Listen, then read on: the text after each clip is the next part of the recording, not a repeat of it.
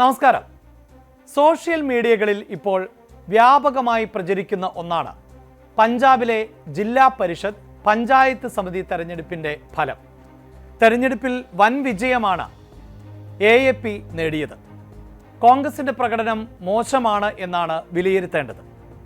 തെരഞ്ഞെടുപ്പിൽ ഏറ്റവും മോശം പ്രകടനം കാഴ്ചവെച്ചത് BJP ആണ്. മാധ്യമങ്ങൾ ഒന്നും ഈ വാർത്ത നൽകുന്നില്ല എന്നുള്ളതാണ് സോഷ്യൽ മീഡിയയിലെ പ്രധാനപ്പെട്ട വിമർശനം. പ്രിയപ്പെട്ട പ്രേക്ഷകരെ, ഈ വീഡിയോ ചിത്രീകരിക്കുമ്പോൾ ഈ തെരഞ്ഞെടുപ്പ് ഫലം പൂർണ്ണമായും പുറത്തു വന്നിട്ടില്ല. ബാലറ്റ് പേപ്പർ ഉപയോഗിച്ച് നടന്ന തെരഞ്ഞെടുപ്പ് ആയതിനാലാണ് തെരഞ്ഞെടുപ്പ് ഫലം വൈകുന്നത്.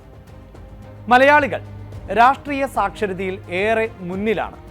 അതുകൊണ്ട് തന്നെ വിവിധ സംസ്ഥാനങ്ങളിലെ തെരഞ്ഞെടുപ്പുമായി ബന്ധപ്പെട്ട വിഷയങ്ങൾ, തെരഞ്ഞെടുപ്പ് ഫലം ഇതൊക്കെ ഏറെ ശ്രദ്ധയോടെയാണ് വീക്ഷിക്കാറുള്ളത്. എങ്കിലും മറ്റ് സംസ്ഥാനങ്ങളിലെ നിയമസഭാ തെരഞ്ഞെടുപ്പിന് നൽകുന്ന പ്രാധാന്യം തദ്ദേശ തെരഞ്ഞെടുപ്പ് ഫലത്തിന് നൽകാറില്ല. നമ്മുടെ അയൽ സംസ്ഥാനങ്ങളായ തമിഴ്നാട്, കർണാടകം ഉൾപ്പെടെയുള്ള സംസ്ഥാനങ്ങൾ പരിശോധിച്ചാൽ അവിടെ തദ്ദേശ തെരഞ്ഞെടുപ്പിൽ ആർക്കാണ് മേൽക്കൈ എന്നതൊന്നും കാര്യമായി നമ്മൾ വിലയിരുത്താറില്ല. അതേസമയം ഈ തെരഞ്ഞെടുപ്പുമായി ബന്ധപ്പെട്ട് പഞ്ചാബിൽ ഉണ്ടായിട്ടുള്ള ഒരു മുന്നേറ്റം, ആ മുന്നേറ്റം AAPക്ക് കരുത്തു പകരുന്ന ഒന്ന് തന്നെയാണ്. ആദ്യം ഫലം പ്രസിദ്ധീകരിച്ച 168 സീറ്റിൽ ആം ആദ്മി 132 സീറ്റുകളാണ് നേടിക്കഴിഞ്ഞിട്ടുള്ളത്. കോൺഗ്രസിന് 26 സീറ്റുകൾ മാത്രമേ ലഭിച്ചിട്ടുള്ളൂ. ആകെയുള്ള 2838 പഞ്ചായത്ത് സമിതികളിൽ 1909 ഇടത്തെ ഫലം പ്രഖ്യാപിച്ചപ്പോൾ ആം ആദ്മി പാർട്ടി വിജയിച്ചു നിൽക്കുന്നത് 1242 സീറ്റുകളിൽ ആണ്. കോൺഗ്രസിന് 331 സീറ്റുകളിലാണ് വിജയിക്കാൻ സാധിച്ചത്. ശിരോമണി അകാലിദളിന് 211 സീറ്റുകൾ ലഭിച്ചു. BJPയുടെ കണക്ക് പരിശോധിക്കുമ്പോൾ കേവലം 42 സീറ്റുകൾ മാത്രമാണ് BJPക്ക് നേടാൻ സാധിച്ചിട്ടുള്ളൂ. അതായത് AAPക്ക് വൻ വിജയം നേടാൻ കഴിഞ്ഞ തെരഞ്ഞെടുപ്പിൽ 2ാം സ്ഥാനത്ത് കോൺഗ്രസ് നിൽക്കുന്നു. ശിരോമണി അകാലിദൾ ആണ് 3ാം സ്ഥാനത്ത്. ഏറ്റവും പിന്നിൽ ആണ് BJP. അതാണ് സാഹചര്യം. പാർട്ടി 78% വിജയം നേടി എന്നാണ് ആം ആദ്മി പാർട്ടിയുടെ ചീഫ് ആയിട്ടുള്ള അമൻ അറോറ പറയുന്നത്. ആം ആദ്മി പാർട്ടിയിൽ ജനങ്ങൾ അർപ്പിച്ച വിശ്വാസത്തിന് അദ്ദേഹം നന്ദി അറിയിക്കുകയും ചെയ്തിട്ടുണ്ട്. പാർട്ടിയുടെ നയങ്ങളും ജനക്ഷേമ പരിപാടികളും ജനങ്ങൾ സ്വീകരിച്ചതായും അദ്ദേഹം പറയുന്നു. സംസ്ഥാന ഗവൺമെന്റ് നടപ്പിലാക്കിയ ജനകീയ പദ്ധതികളുടെ വിജയം ആണ് ഈ തെരഞ്ഞെടുപ്പിൽ പ്രതിഫലിക്കുന്നത് എന്നാണ് AAP പൊതുവെ അവകാശപ്പെടുന്നത്. അതേസമയം ആം ആദ്മി പാർട്ടിയുടെ പല നേതാക്കൾക്കും സ്വന്തം തട്ടകത്തിൽ തിരിച്ചടിയുണ്ടായി എന്ന കാര്യവും സൂചിപ്പിക്കാതെ വയ്യ. ഇനി നമ്മൾ തെലങ്കാനയിലേക്ക് എത്തുമ്പോൾ തദ്ദേശ സ്ഥാപനങ്ങളിലേക്കുള്ള തെരഞ്ഞെടുപ്പിൽ ഭരണകക്ഷിയായ കോൺഗ്രസ് ഉജ്ജ്വല വിജയമാണ് കരസ്ഥമാക്കിയത്. സംസ്ഥാനത്തെ സർപഞ്ച്, അതായത് ഗ്രാമപഞ്ചായത്ത് അധ്യക്ഷ പദവികളിലേക്കുള്ള തെരഞ്ഞെടുപ്പിൽ 66% സീറ്റുകളും കോൺഗ്രസ് നേടി. ആകെയുള്ള 12702 ഗ്രാമപഞ്ചായത്തുകളിൽ കോൺഗ്രസിന് 7527 ഇടത്ത് വിജയം നേടാൻ സാധിച്ചു.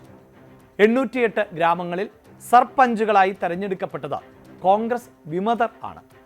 എന്നാൽ BRS, BJP പാർട്ടികൾക്ക് 33% വോട്ട് മാത്രമാണ് നേടാൻ സാധിച്ചത്. ഇടതു പാർട്ടികൾ പൊതുവെ ദുർബലർ ആണ്. അവിടെ 1% സീറ്റിൽ ആണ് വിജയിക്കാൻ സാധിച്ചത്. BRS 3520 സീറ്റുകളിലും BJP 703 സീറ്റുകളിലും വിജയിച്ചു. ഇനി നമ്മൾ പഞ്ചാബിലേക്ക് തിരിച്ചു വന്നാൽ അവിടെ വോട്ടെടുപ്പ് നടന്നത് ബാലറ്റ് പേപ്പർ ഉപയോഗിച്ചുകൊണ്ടാണ് എന്ന് നേരത്തെ തന്നെ പറഞ്ഞു കഴിഞ്ഞു. അതാണ് AAPയുടെ മുന്നേറ്റത്തിന് കാരണം എന്നും BJPക്ക് വോട്ടിംഗ് മെഷീനിൽ ക്രമക്കേട് നടത്താൻ സാധിച്ചില്ല എന്നുമുള്ളതാണ് സോഷ്യൽ മീഡിയയിലെ പ്രചാരണം.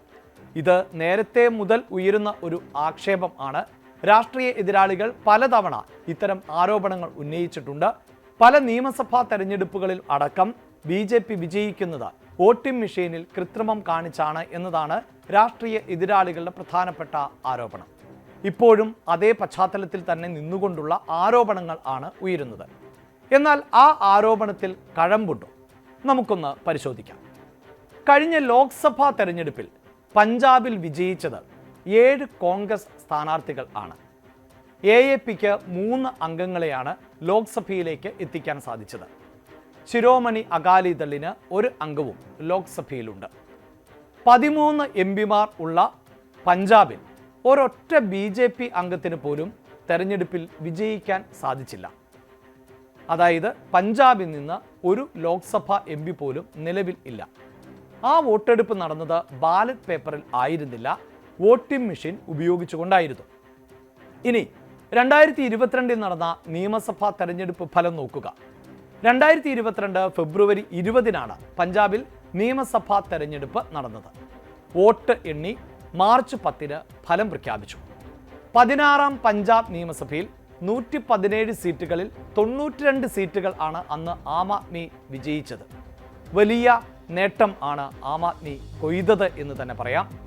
ആം ആദ്മി പഞ്ചാബ് കൺവീനറും MP-യും ആയ ഭഗവന്ത് മാൻ മാർച്ച് 16 മുഖ്യമന്ത്രിയായി സത്യപ്രതിജ്ഞ ചെയ്യുകയും ചെയ്തു.